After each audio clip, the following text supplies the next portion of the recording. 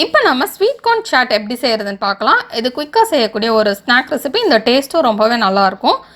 இதுக்கு நம்ம 1 cup sweet corn எடுத்து நம்ம அதை ப்ரெஷர் குக் பண்ணிடலாம். குக்கரில் சேர்த்துட்டு 3 விசில் ஹை ஃப்ளேமில் வச்சுட்டு லோ ஃப்ளேமில் வச்சு 5 நிமிஷம் வச்சுக்கலாம். இப்போ இது நல்லா ப்ரெஷர் குக் ஆகிடுச்சு.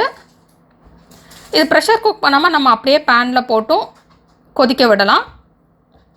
இப்போ நம்ம இந்த தண்ணியை தனியாக வடிகட்டி எடுத்துடலாம். இப்போ தண்ணி தனியாக வடிகட்டியாச்சு. இப்போ நம்ம இதை அப்படியே ஒரு பவுலில் எடுத்துக்கலாம்.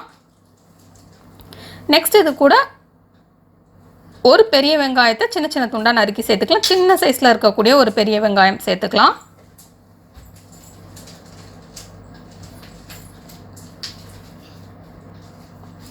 நெக்ஸ்ட் இதில் சின்ன சின்ன துண்டாக நறுக்கி வச்சுருக்கிற மாங்காய் 1/4 கப் சேர்த்துக்கலாம்.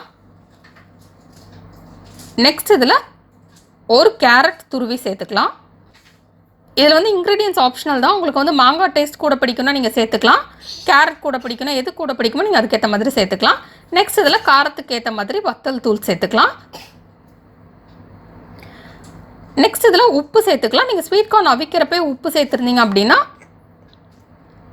இதில் வந்து கம்மியாக சேர்த்துக்கோங்க. இல்லை அதிலே கூடுதலாக சேர்த்துட்டீங்க அப்படின்னா மற்ற எதுக்குமே சேர்க்க வேண்டாம். அப்படியே நம்ம மிக்ஸ் பண்ணாலே போதும். நான் ஆல்ரெடி ஸ்வீட் கார்ன் அவிக்கிறப்பே உப்பு சேர்த்து அவிச்சதுனால நான் இதில் வந்து சேர்க்கலை.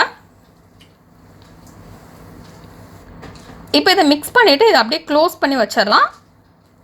1 hour கழித்து நம்ம எடுத்து சாப்பிட்டோம் அப்படின்னா அந்த டேஸ்ட் வந்து ரொம்பவே நல்லாயிருக்கும். இப்போ நமக்கு ஸ்வீட் கார்ன் சாட் ரெடி.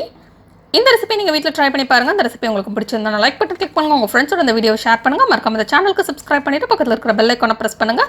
இந்த ரெசிபி ட்ரை பண்ணிவிட்டு எப்படி வந்திருக்கு அப்படின்றத கமெண்ட்ஸ் பாக்ஸில் சொல்லுங்கள்.